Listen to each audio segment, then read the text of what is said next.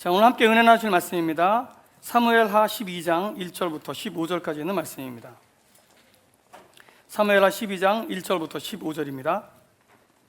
제가 가진 성경책으로는 구약 479페이지에 있습니다. 봉독해 드리도록 하겠습니다. 여호와께서 나단을 다윗에게 보내시니 그가 다윗에게 가서 그에게 이르되 한 성읍에 두 사람이 있는데 한 사람은 부하고 한 사람은 가난하니 그 부한 사람은 양과 소가 심이 많으나 가난한 사람은 아무것도 없고 자기가 사서 기르는 작은 암양 새끼 한 마리뿐이라.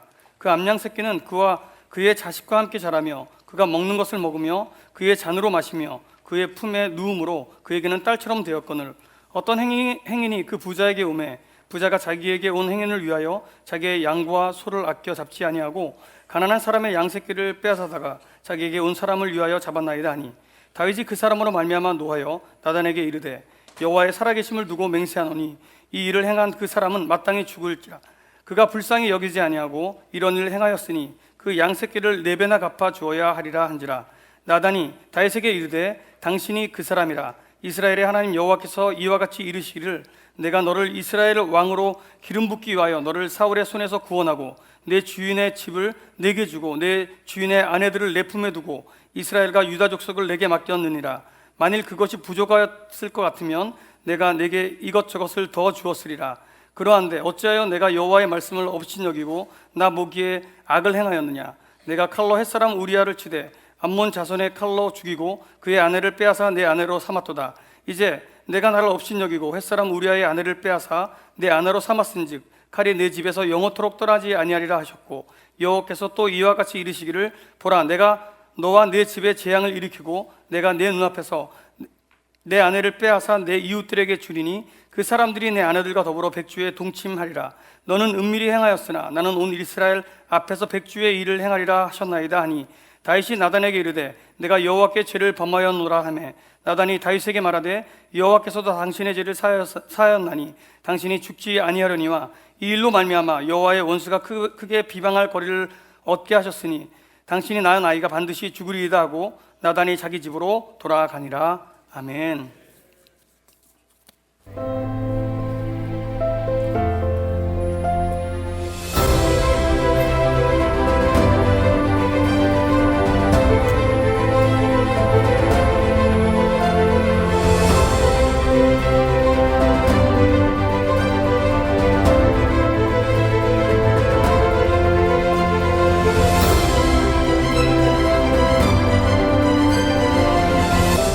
한겨울에 신방을 왔는데요. 난방도 안 되고 그냥 방수지 붙여놓고 계셨어요. 그래서 너무 추워서 이번에 다비다 프로젝트를 통해서 단열재 붙이고 도배를 하게 됐습니다.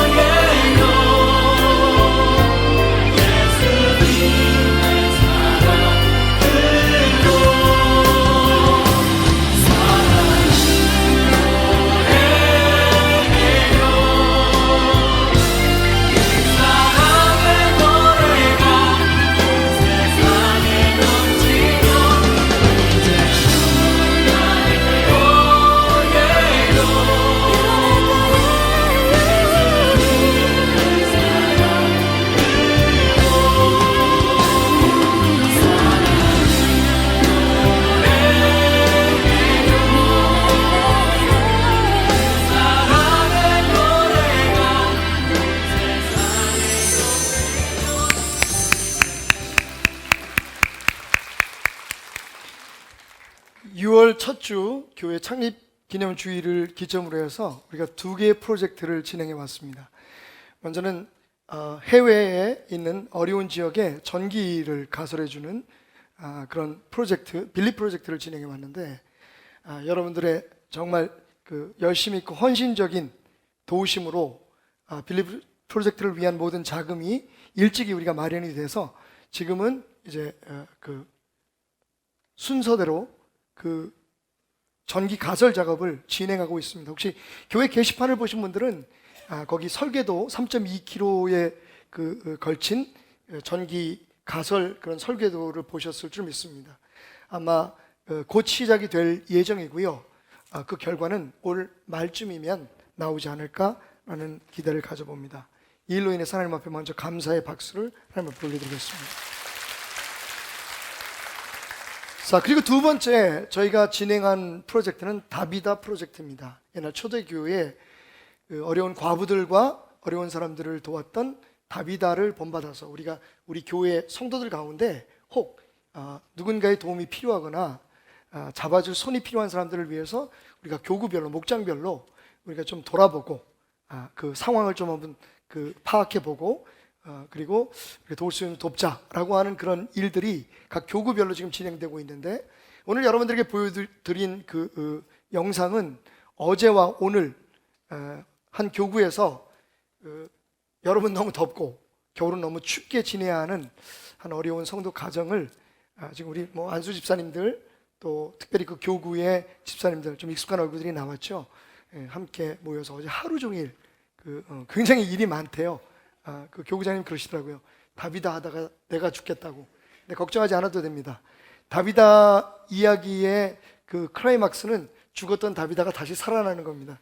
그래서 혹시 성도를 돕다가 사랑을 실천하다가 너무 지쳐서 쓰러져 죽으면 걱정하지 마십시오. 우리가 함께 기도해서 살려놓겠습니다.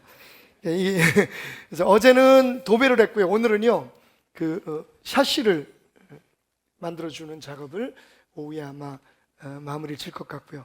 또 그 외에 채소 가게를 한 가정이 있었는데 성도들이 이제 채소를 거기서 또 단체로 가서 사들여 가지고 또 처음에 이제 시작하는 그런 가게에 힘을 주거나, 혹은 교구별로 특별히 전도지를 만들어서 그 전도지를 가지고 가서 그 기름역 앞에서 전도도 하는, 또 특별히 교회에 나오지 않고 계시는 호주들, 여자 성도님들은 잘 나오시는데 남편이 안 나오는 그 가정들 찾아가서 직접 그 교구장님이 손편지를 써서 편지를 전달해 주는 그런 일들, 여러 가지로 형편에 따라서 지금 프로젝트가 진행되고 있고요.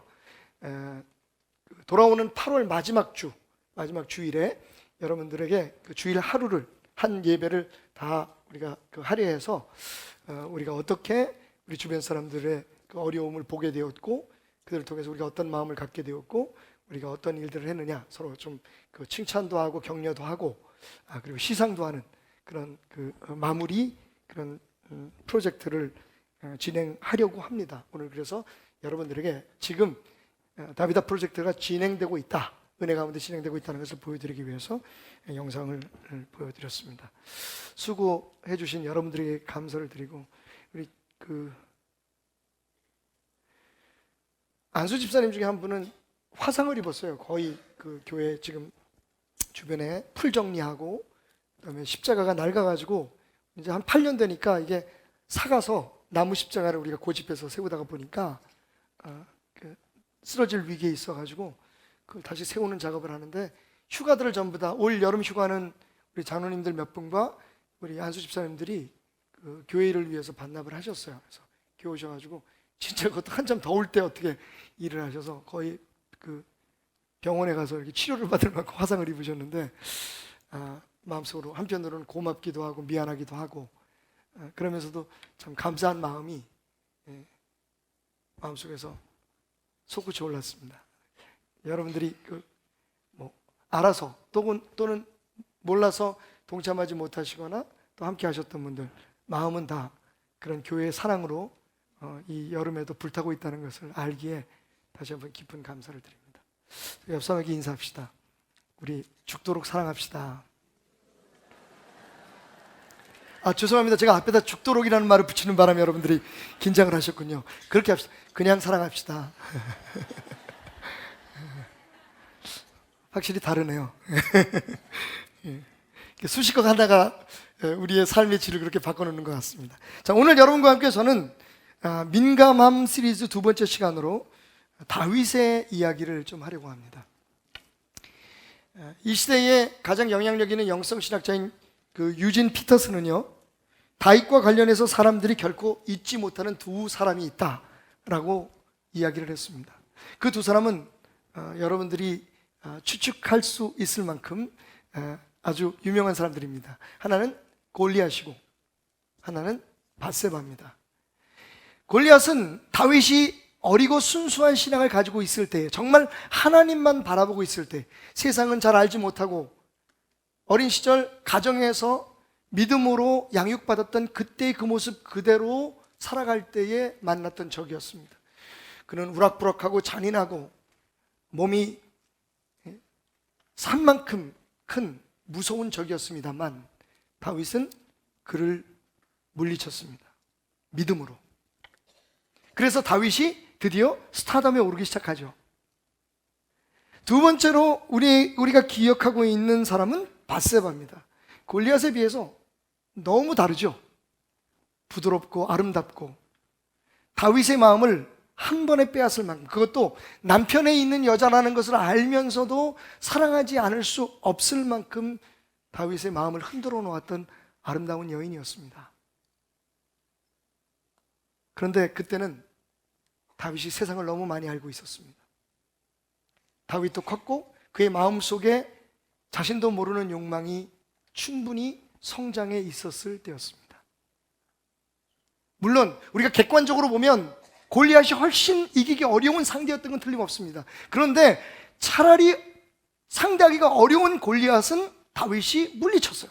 그런데 밧세바 앞에서는 무릎을 꿇고 맙니다. 그리고 죄를 짓고 말죠. 여러분, 이런 다윗의 삶이 우리에게 주는 교훈은 무엇입니까? 첫 번째로 영적 전쟁에 안전지대는 없다는 겁니다. 긴장을 풀지 마십시오. 긴장하고 삽시다. 우리가 흔히 생각할 때 힘들고 어려운 일들을 믿음으로 이겨내고 많은 사람들이 주목하고 또 드러나는 일들에 대해서 우리가 승리하면 우리의 믿음이 좋은 것으로 생각하지만 사실은 여러분, 그런 큰 전쟁, 무서운 적보다 더 무서운 건 우리 침실에, 그리고 우리의 뒷뜰에, 우리의 마음 깊숙한 곳에 숨겨져 있는 유혹입니다. 만약 여러분의 삶에 골리앗과 밧세바 두 사람의 시험이 있었다고 치십시다. 이 두 사람의 공통점은 무엇입니까? 각기 전혀 다른 존재이지만 그 두 사람의 공통점은 다윗을 시험의 장으로 끌고 갔다는 겁니다. 그리고 하나는 다윗에게 승리를, 하나는 다윗에게 패배를 안겨줬다는 거죠.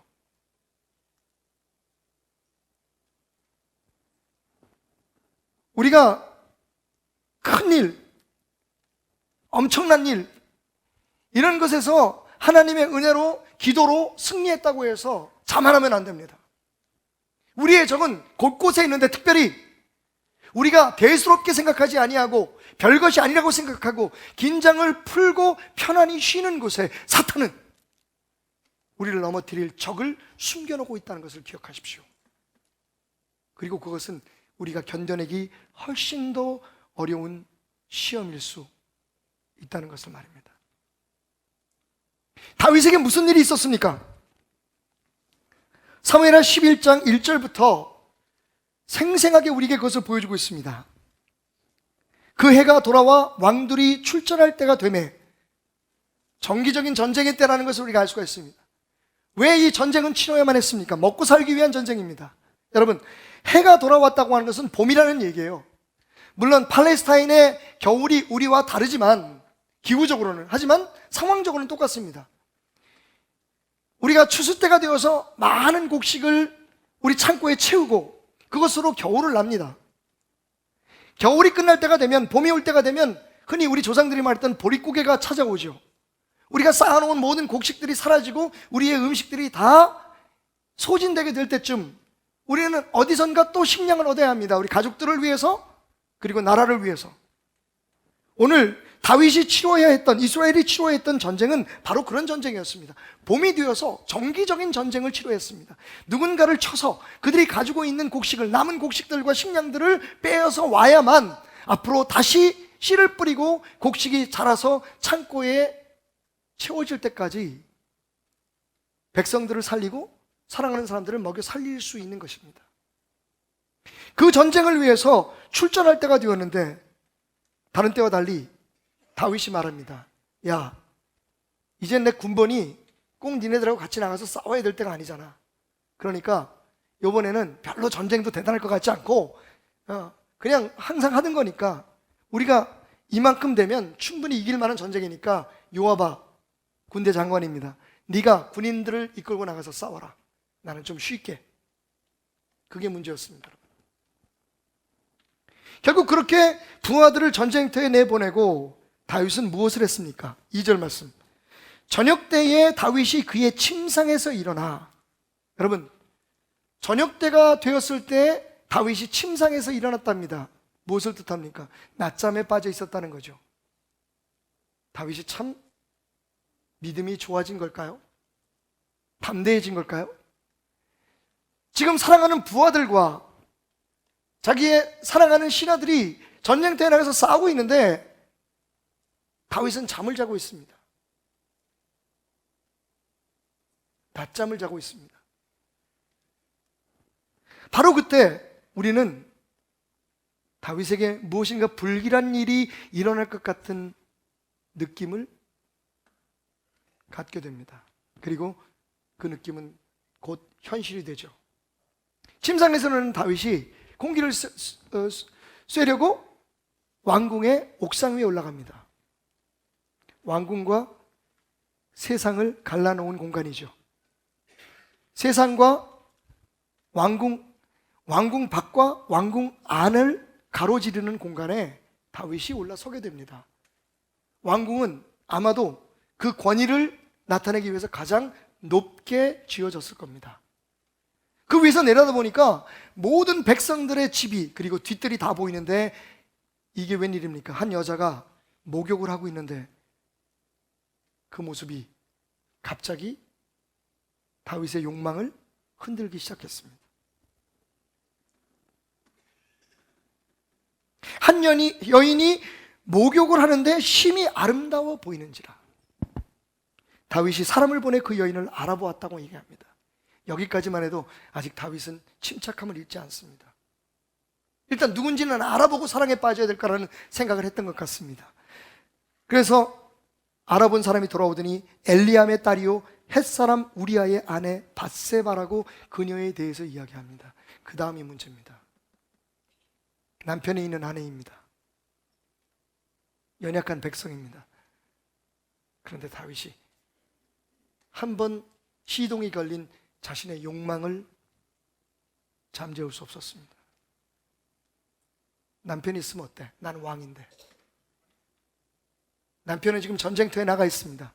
그냥 모르게 치르면 되는데 야, 그 여자 데려와. 동침을 합니다.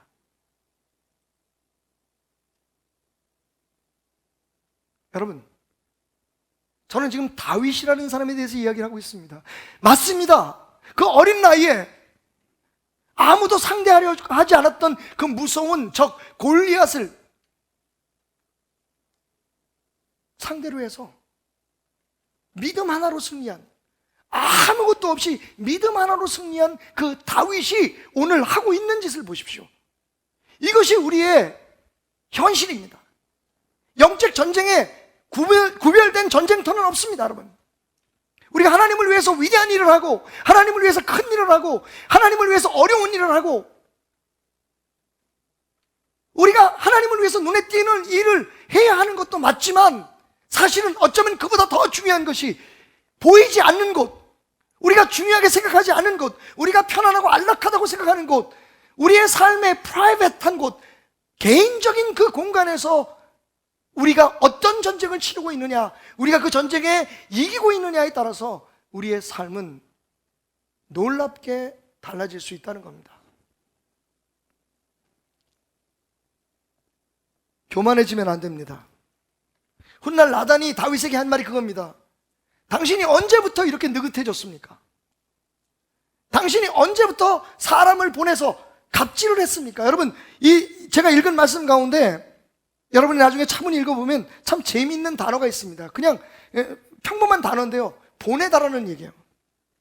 다윗이 사람을 보내서 밧세바에 대해서 알아보게 합니다. 그리고 4절에 보니까 다윗이 전령을 보내서 그 여자를 데리고 오게 합니다.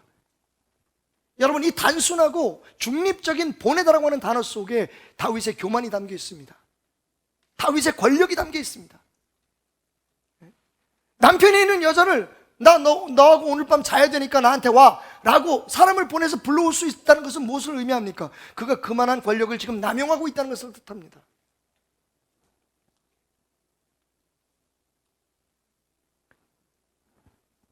낮잠 자면 안 됩니다. 잠에 깊이 빠졌다 일어난 다윗은 얼떨결에 다가온 유혹을 이겨낼 수 없었던 것 같습니다. 긴장을 푼 것이 잘못이었습니다. 옥상을 조심하십시오. 아까 잠시 여러분들에게 말씀드렸듯이 옥상은 영적으로 보면 세상과 교회를 갈라놓는 공간입니다. 다시 말하면 양다리 걸치는 세상이라는 거죠. 교회 오면 정말 신실한 것 같고 가장 열심히 있는 사람 같고 가장 충실한 일꾼 같은데 세상에서의 삶은 어떻습니까, 여러분? 옥상은 편리하게 양쪽에서 자기를 부르는 곳, 편안한 곳, 자기의 욕망과 욕구가 부르는 곳으로 나가 설 수 있는 곳입니다. 옥상에 서 있다가 우리의 믿음이 순수해질 땐 안으로 들어오면 되잖아요, 교회 안에. 그런데 세상의 부름이 더 강렬해질 때, 그리고 내 욕망이 그것을 이겨내지 못할 때 우리가 언제든지 세상으로 또 튀어나갈 수 있는 공간이 옥상입니다. 옥상은 어린이들한테만 위험한 곳이 아니라 우리들에게도 위험한 곳이라는 것을 기억하십시오. 다시 한번 말씀드리지만 영적 전쟁에 안전지대는 없습니다. 오히려 우리가 안전하다고 생각하는 곳, 이제는 됐다고 생각할 그때가 더 위험하고 더 조심스러워해야 할 곳이라는 걸 기억하시고, 항상 하나님의 사람으로서 긴장하고 무장하고 살아가는 여러분이 되시기를 주님의 이름으로 축원합니다. 또 이 말씀은 우리에게 이런 깊은 교훈을 줍니다. 두 번째 부상이 더 위험하다. 죄에 대해서 민감하십시오. 여러분, 두 번째 부상이 위험하다는 말은 흔히 스포츠맨들이 하는 말입니다. 축구 선수들이 축구를 하다가 갑자기 근육이 땡겨요. 첫 번째 부상입니다. 근육에 이상이 온 겁니다. 인대에 균열이 갔든지, 아니면 인대가 늘어났든지, 아니면 약간의 그 문제가 생겨난 그런 상황입니다. 사실은 감독들이요, 선수들이 봐서 딱 몸이 이상해 보이거나 뛰는 모습이 이상하거나 활동하는 양이 갑자기 줄어들거나 하면 바로 그 선수를 교체시킵니다. 왜냐하면 그래야만 그 선수가 그 좋아하고 그 해야 하는 축구를 끝까지 할 수 있기 때문입니다. 그런데 어떤 경우에 보면요, 선수가 고집을 부려서 혹은 그 게임에 이겨야 된다고 하는 부담감 때문에 감독들이 1차 부상을 당한 선수들을 교체시키지 않고 그냥 뛰게 할 때가 있어요. 그냥 자기가 뛰겠다고 할 때가 있습니다. 그러면 생각보다 무서운 두 번째 부상이 옵니다. 우리의 영적 세계도 마찬가지입니다. 분명히요, 우리가 하나님 앞에 보이는 곳에서나 보이지 않는 곳에서나 어떤 죄를 짓고 우리가 영적 전쟁에 실패하게 되면 우리 안에 성령님이 살아계시고 우리의 영이 하나님과 연결되어 있기 때문에 우리의 삶의 이상 징후가 나타나기 시작합니다. 즐거운 것을 즐거워하지 못하고 기뻐해야 할 것을 기뻐하지 못하고, 하나님이 소중하게 생각하고 내가 그동안에 귀하게 생각했던 건데 귀해지질 않습니다. 모든 게 불평스러워지고 불만스러워지고 모든 게 귀찮아지고, 다윗처럼요, 자고 싶어지고 쉬고 싶어지고, 내가 그동안 이렇게 해왔으니까 이만큼 기도해왔고 이만큼 말씀 보고 내가 교회를 위해서 얼마나 열심히 했는데 이젠 좀 쉬어야지 라고 하는 게으름이 서서히 우리의 삶에 고개를 들기 시작할 때, 그것이 첫 번째 부상입니다.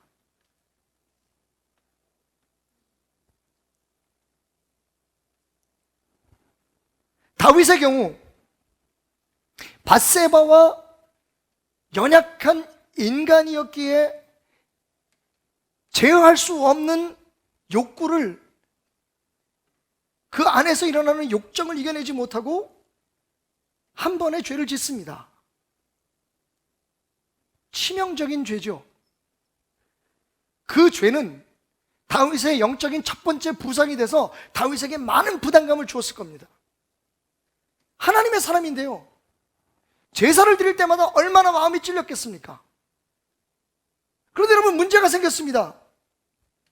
그 부상으로 말미암아 여러 가지 일들이 파생되기 시작하는데, 한 달 후에 밧세바가 사람을 보내서 뭐라고 전하냐면 임신을 했다는 겁니다. 꼭 그렇게 몰래 하는 짓은 임신도 빨리 해. 근데 여러분 알고 계십니까? 성경은요, 아주 예민하게, 민감하게 그 임신이라는 결과가 예상되어 있다는 것을 우리에게 말해주고 있어요. 볼까요? 11장 4절의 말씀입니다. 다윗이 전령을 보내어 그 여자를 자기에게로 데려오게 하고 그 여자가 그 부정함을 깨끗하게 하였으므로 더불어 동침함에 그 여자가 자기 집으로 돌아갔다 얘기합니다. 여러분, 여기서 우리가 주목해야 될 것은요, 부정함을 깨끗하게 하였다는 겁니다. 이게 뭡니까? 달거리가 지났다는 겁니다. menstruation이 지난 지가 어느 정도 기간이 지났다는 겁니다. 가임기가 온 겁니다. 임신할 수 있는 위험이 그녀에게 있는 겁니다. 젊은 여자이고 몸속에서 이미 임신을 할 수 있도록 새로운 생명을 잉태할 수 있는 조건들이 무르익어 가고 있다는 것을 이 성경을 기록한 사무엘은 부정함을 깨끗하게 하였다는 표현으로 말합니다. 여러분 알다시피 레위기에서 월경하라는 여인은 동침을 할 수 없도록 법으로 정해놓았습니다. 사실은 우리가 생각할 때 그게 차별이 아니라 생각하겠지만 사실은 그건 여인들을 위한 배려였습니다. 오늘 이 성경 말씀을 읽으면서 저는 뜨끔했어요. 아, 이미 이런 무서운 제2의 결과는 예정돼 있었던 것이구나. 그런데 여러분, 다윗이 그런 걸 생각했을까요? 그런 걸 물어보기나 했겠습니까? 욕정에 불타서 자기의 욕구를 어떻게든지 채워야겠다고 하는 욕심에 가득 찼던, 이미 내가 왕이니까 나는 하고 싶은 대로 다 할 수 있다고 자기의 도취되어 있었던, 자기의 권력에 도취되어 있던 다윗은 이것저것 따지지 않고 그냥 그 여인을 취한 겁니다. 그리고 결과는 임신이었습니다. 아이고, 어떡할까요? 여기서 우리는 첫 번째 부상을 잘 해결하지 못하고 하나님 앞에 그 문제를 회개하지 못하는 다윗의 모습을 봅니다. 너무 능숙하게 문제를 해결해요. 다윗이 처음 생각한 게 뭔지 아십니까, 여러분? 전쟁터에 나가 있는 남편을 불러들이는 거예요. 그리고 그에게 특별 휴가를 주는 겁니다. 이렇게 말이죠. 야, 너 우리아야 너무 고생 많이 했다. 그래서 내가 너한테 특별 휴가를 줄 테니까 집에 가서 부인하고 잠자. 여러분, 폼 나죠? 야, 저런 왕이 어딨어? 전쟁터에 나가 있는 군인을 불러다가 특별 휴가를 줄 만큼 저렇게 부하를 사랑하는 왕이, 여러분, 죄만 감추는 게 아니라, 자기가 저지른 그 악한 행위만 감추는 게 아니라 오히려 사람들에게 칭찬을 받을 만한 일을 하는 겁니다. 아, 그런데 문제는요, 이 우리아가 등신입니다. 집에 안 가겠다는 거예요. 나만 갈 수 없다는 겁니다. 아마 그건 다윗이 들으라고 하나님께서 우리아를 통해서 첫 번째 부상에 대해 경고하신 건지도 모릅니다. 다윗은 안 그랬거든요. 부하들 전쟁터에 내보내고 자기는 편안하게 쉬었단 말입니다. 그러다가 죄를 진 건데, 그 죄를 감추기 위해서 부른 우리아는 뭐라고 얘기하냐면, 내 전우들이 싸우고 있는데 내가 어떻게 집에 가서 내 아내를 품고 자겠습니까? 그러니 왕이시여, 나 그냥 이 왕궁 당신 침실 앞에서 잠시 눈 붙이고 다시 전쟁터로 돌아가게 하소서. 아, 그리고 집에 안 가고 왕궁 뜰에서 그냥 잠을 자는 거예요. 충신이죠. 아마 다윗의 마음은 더 아팠을 겁니다. 야, 내가 이런 남자의 여자를 취했구나. 그런데 여러분, 어찌됐든 왕으로서 그것을 또 감춰야 되겠습니다. 그래서 결과적으로 어떻게 하냐면, 그렇게 돌아가는 우리아의 편에 전갈, 편지를 하나 적어주죠. 그 전쟁을 지금 이끌고 있는 사령관 요압에게 뭐라고 편지를 쓰냐면, 우리아를 전쟁의 최전선에 내보내라. 살아서 돌아올 수 없는 곳에 앞장서서 보내라. 결국 우리아는 그 충성스러운 마음으로 치른 전쟁에서 죽고 맙니다. 다윗은 찝찝했지만 돌아서서 웃었겠죠. 이제 끝났어. 그리고 한 번 더 다윗은 자기의 죄를 덮고 칭찬받을 만한 일을 하죠. 바세바를 아내로 맞이합니다. 그 사연을 모르는 사람들은 그랬을 거예요. 와, 우리 왕 진짜 멋있어. 전쟁터에 나갔던 군인을 불러다가 휴가를 주더니 결국 그 사람이 죽으니까 그 가족을 책임져 주는구나. 그 당시에는 여러분 폴리그미 자체가 허용되어 있는 사회니까 부인이 몇 명인지 상관없습니다. 단지 남편이 있는 부인을 취하는 것은 간음입니다.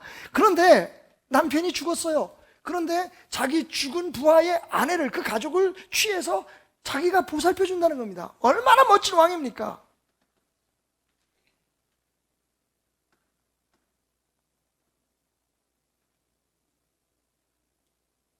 다윗은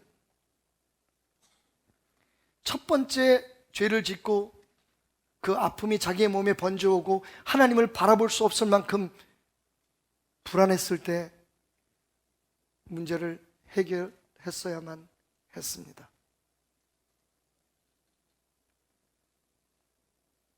누군가 그건 아닙니다. 그렇게 하지 마십시오. 특히 하나님의 말씀을 들을 때 하나님의 말씀이 자꾸만 반복적으로 무엇인가 경고하고 있을 때 내적으로는 그렇게 좋고 즐겁기만 했던 교회 생활이 지루해지고 내가 하고 있는 일에 대해서 실증이 느껴지기 시작할 때 첫 번째 부상을 잘 다루십시오. 그냥 넘어가지 마십시오. 시간이 지나면 나겠지. 여러분, 그러다가 하나님을 믿으면서, 그 행복한 하나님을 믿으면서 죽을 때까지 불평하고 원망하고 지겹고 답답한 신앙생활을 할 수도 있습니다.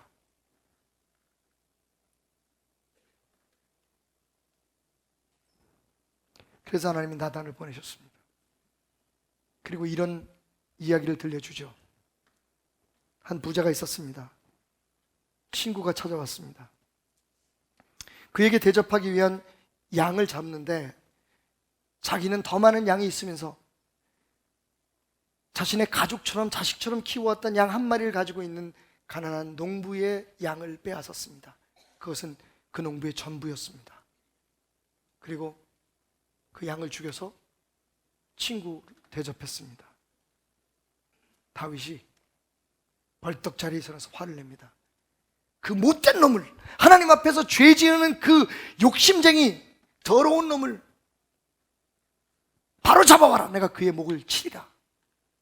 여러분, 여기서 우리는 충격적이지만 놀라운 우리의 모습을 봅니다. 우리 자신의 모습을 말이죠. 그게 뭡니까?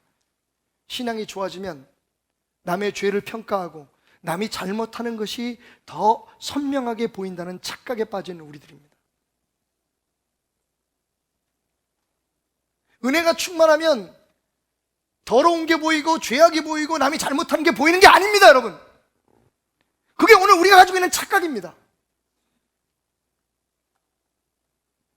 여러분, 겉으로 보기에 다윗은 얼마나 정의로운 사람이고 얼마나 분노할 줄 아는 사람입니까?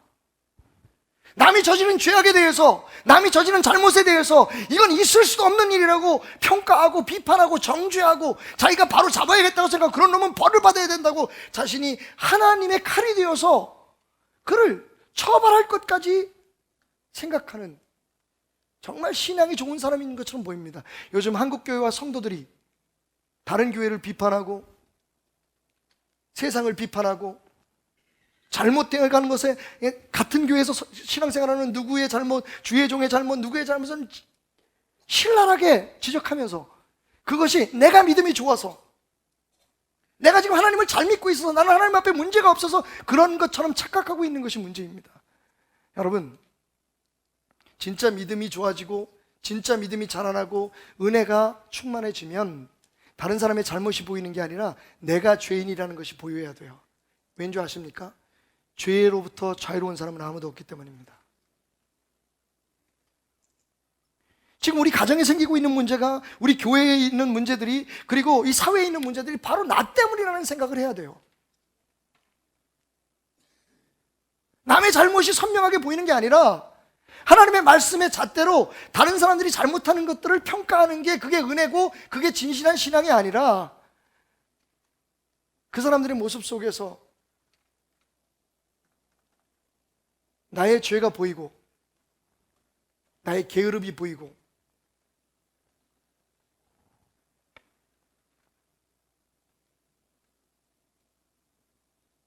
나의 연약함이 보여야 된다는 겁니다. 왜냐하면 복음은 다른 사람의 죄를 고발하거나 평가하는 것이 아니라 내가 죄인인 것을 하나님 앞에 고백하는 것이기 때문입니다.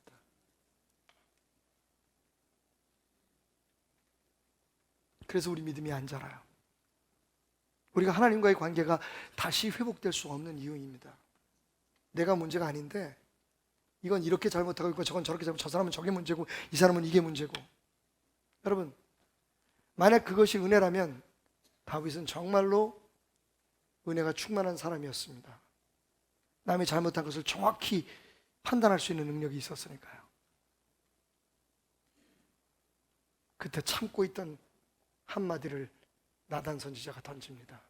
그게 바로 당신입니다. 하나님이 지금 말씀을 통해서, 하나님이 지금 당신에게 응답을 통해서 주시고자 원하는 건 내 죄다, 내가 그놈이다. 남들은 다 아는데 나만 아니라고 주장했던 그 죄가 나의 것이었다는 것을 스스로 인정을 하는 것이었습니다. 왜 은혜가 없냐고요, 여러분? 맞습니다, 여러분. 여러분에게 은혜를 줄 만큼 교회가 부족할 수 있습니다. 여러분에게 정확하게 무엇이 은혜인지, 어떻게 해야 은혜를 받을 수 있는지를 설파하지 못하는 어눌한 목사의 설교가 문제일 수 있습니다.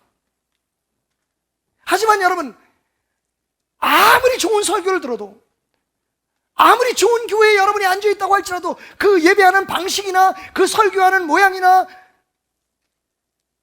그 사람의 인격이 아무리 좋다고 할지라도 하나님의 말씀이 나를 찌르고 있다는 것, 지금 내가 듣고 있는 모든 이야기들이 다윗의 얘기가 아니라, 그 어떤 사람의 얘기가 아니라, 다른 교회의 문제가 아니라 나의 문제, 우리 교회의 문제, 우리 가정의 이야기라는 것을 깨닫기 전에는 절대로 하나님의 은혜가 우리 안에 채워질 수 없고, 우리가 하나님께 끊어진 관계를 회복시키기 위해 다가갈 수 없다는 겁니다.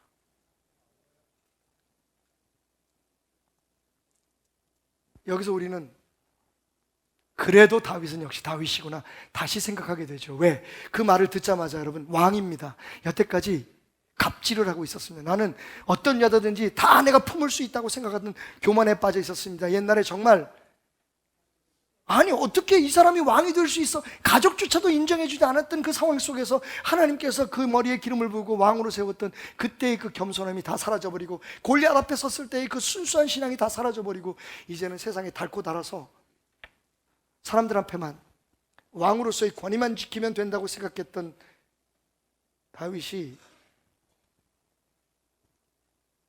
하나님 앞에 무릎을 꿇습니다. 그리고 이렇게 얘기합니다. 선지자님, 내가 여호와께 죄를 범하였나이다.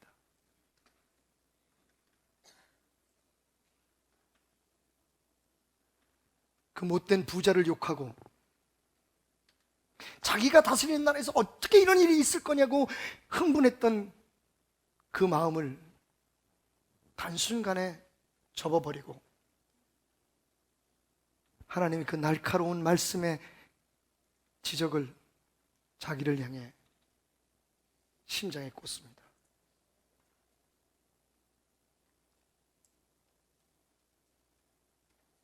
그래서 다윗은 두 번째, 세 번째 부상을 이겨낸 것입니다. 그리고 영원히 하나님의 마음에 합한 사람이라고 인정받은 것입니다. 죄를 안 져서요? 아닙니다. 객관적으로 말하면 저보다 더 많은 죄를 진 것 같아요. 치정살인 사건 아닙니까? 남의 아내를 아무리 간통죄가 없어진 나라에서 산다고 하지만 그건 분명히 잘못된 일 아닙니까? 다윗이 죄를 지지 않아서가 아니라 자기가 죄인이라는 것을 고백할 수 있는 용기가 있었기에 그는 위대한 겁니다. 유진 피터슨은 그래서 다시 말합니다. 우리의 최종적인 목표는, 그리스도인으로서의 최종적인 목표는 죄를 피하는 것이 아니다. 우리의 죄를 인지하는 것이다. 여기 죄 안 질 사람 어디 있습니까? 문제는 죄 안 진 사람처럼 행동한다는 것이 문제입니다.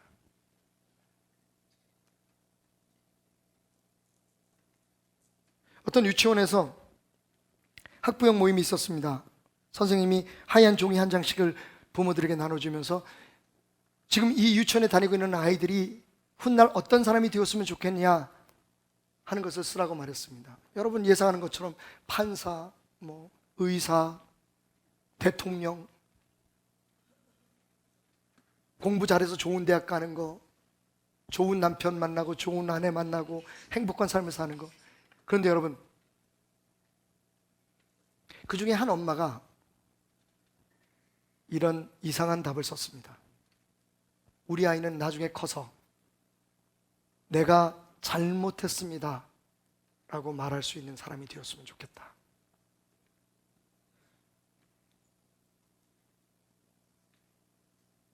누가 되는 것 중요합니다. 어떤 사람이 되느냐 중요합니다. 하지만 무엇보다도 그 사람이 그 자리에서 얼마나 신실할 수 있느냐, 얼마나 솔직할 수 있느냐, 하나님은 그걸 보시고 그것이 우리 인생의 최종의 목표가 되어야 합니다. 1984년 제가 미국 간 바로 다음 해에 하늘나라로 가신 프랜시스 A. 셰퍼라고 하는 분이 계십니다. 제가 많이 존경했던 분이죠. 그분의 설교 중에 이런 제목이 있었습니다. 행복을 당신의 삶의 목표로 삼지 마십시오. 깜짝 놀랐습니다. 아니, 예수 믿는 거 행복하기 위해서 아닌가? 기도하는 것도 우리가 행복하기 위해서 아닌가? 프랜시스 A. 셰퍼 박사는 이렇게 말했습니다. 만약 우리가 행복하기 위해서 예수를 믿는다면 예수는 우리의 수단일 뿐이다. 예수를 당신의 목표로 삼아라. 그러면 행복이 따라올 것이다.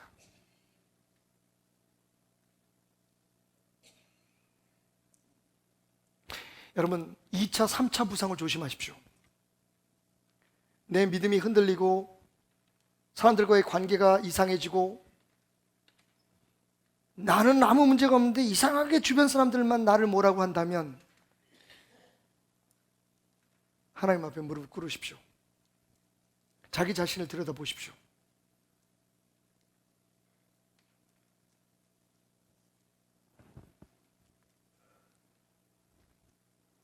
내가 잘못했다고 하나님 앞에 고백할 수 있는, 내가 잘못했다고, 내 잘못이라고 용기 있게 고백할 수 있는 부모가 되시고 사장님이 되십시오. 주의 종이 되시고 그런 사람이 되십시오. 그러면 더 위험한 치명적인 2차, 3차 부상을 막을 수 있습니다.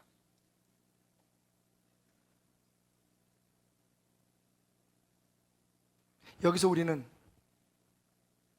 오늘 말씀의 제목이기도 한 펠릭스 쿨파의 은혜를 발견합니다. 오 펠릭스 쿨파, 라틴어입니다. 성 어거스틴이 처음 말했다고 알려진 이 펠릭스 쿨파라는 말은 놀랍게도 이런 뜻을 가지고 있습니다. 오 경사스러운 죄요. 성 어거스틴뿐만 아니라 초대 교부들은요, 죄를 경사스러운 사건으로 받아들였습니다. 물론 죄는 치욕적이고 우리를 부끄럽게 할 만큼 충분한 힘이 있습니다만, 그러나 예수 안에서 발견된 죄는 오 펠릭스 쿨파, 정말 행복하고 놀라운 경사스러운 일이라는 겁니다. 왜?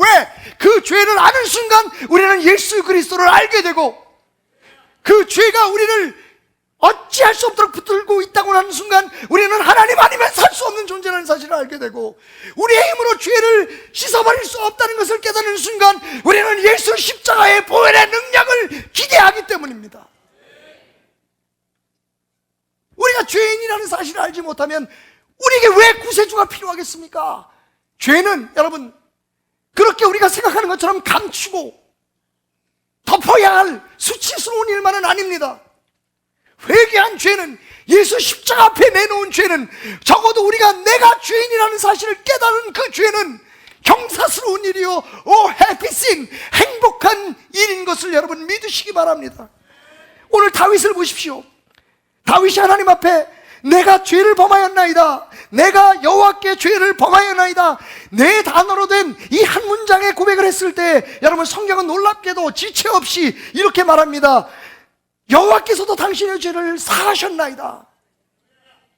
여러분 아시겠습니까? 다윗이 지은 죄 때문에 다윗에게 어떤 형벌을 주고 책망을 하고 다윗을 버렸다고 선언하고 그를 야단치기 위해서 하나님께서 그를 죄인이라고, 바로 당신이 그 죄인이라고 지적하신 것이 아닙니다. 하나님의 목적은 펠리스 쿨파, 경사스러운 죄로 인해서 우리의 삶 속에 일어날 수 있는 축복과 행복과 하나님과의 뻥 뚫린 관계를 허락하시기 위한 하나님의 방편이었습니다.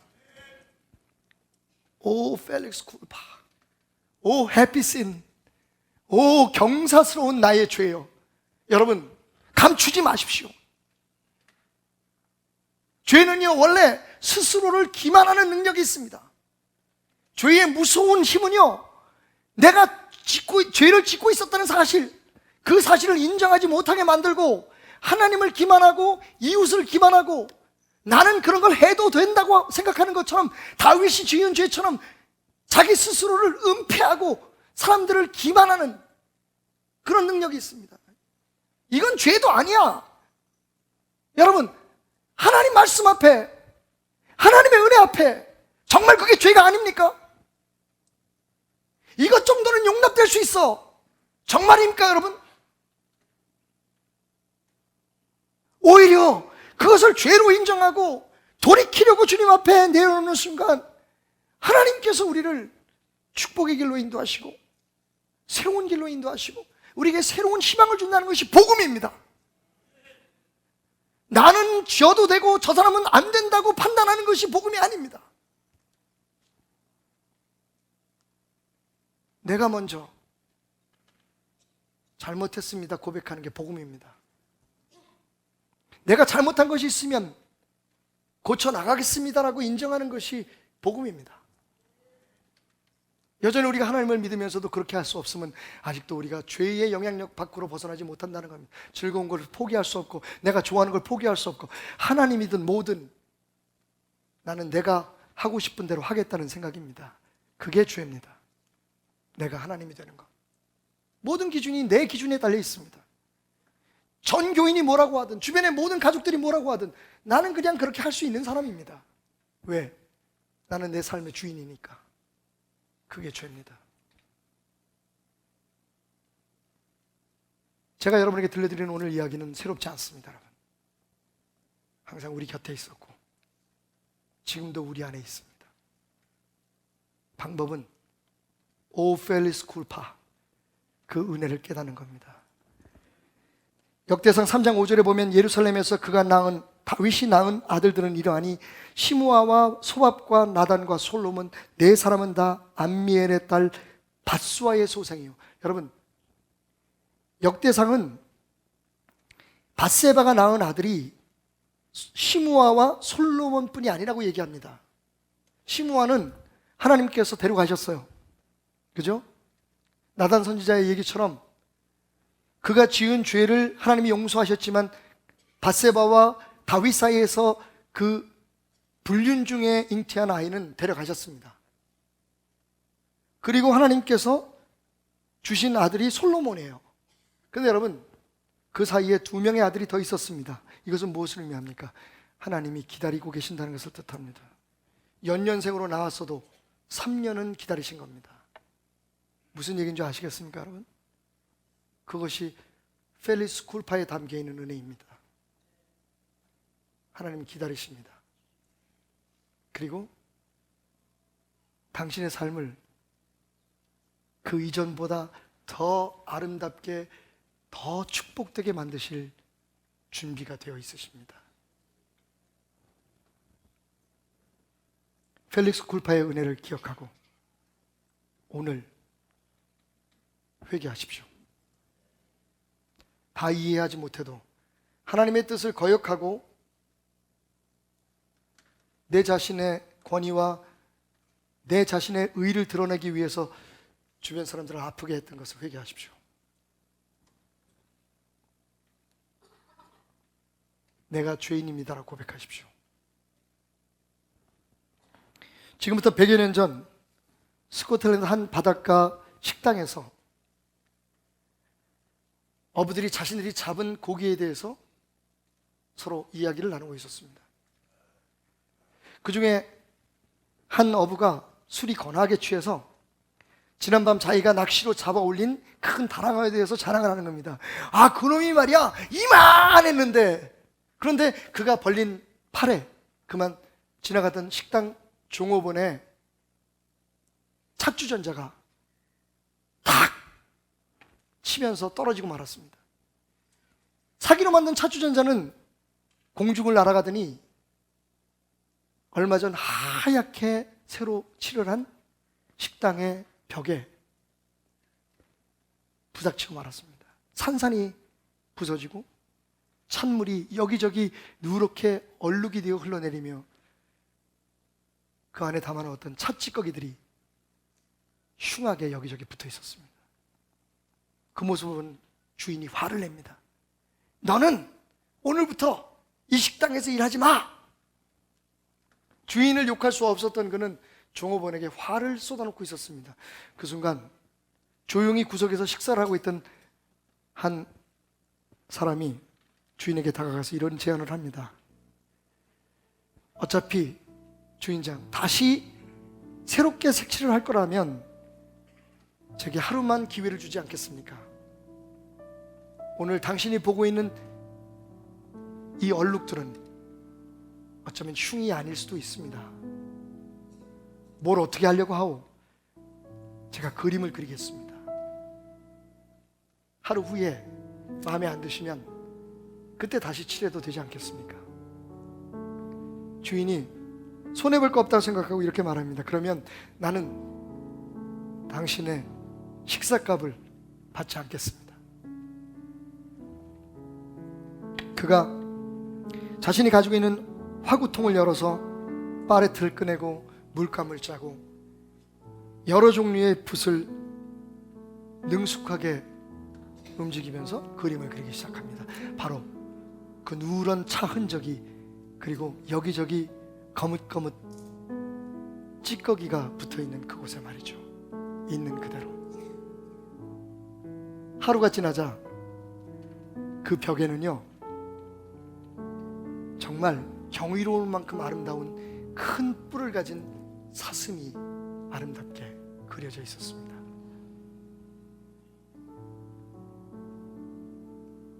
바로 그가 Sir Edwin Landseer, 당대의 가장 아름다운 야생 동물을 그렸던 화가였던 에드윈 랜시어 경이었습니다.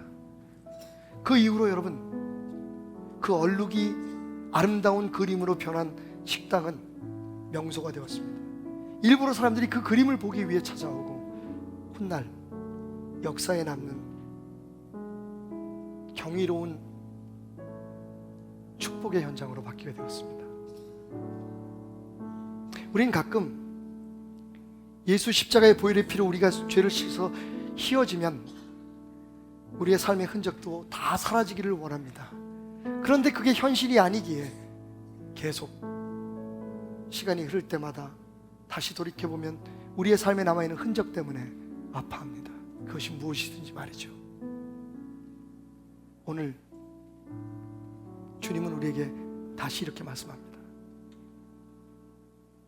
그냥 그 흔적대로 나와 함께 새로운 그림을 그려가자. 그 흔적이 남게 된 실수는, 그 죄는 없었던 걸로 내가 잊어주마.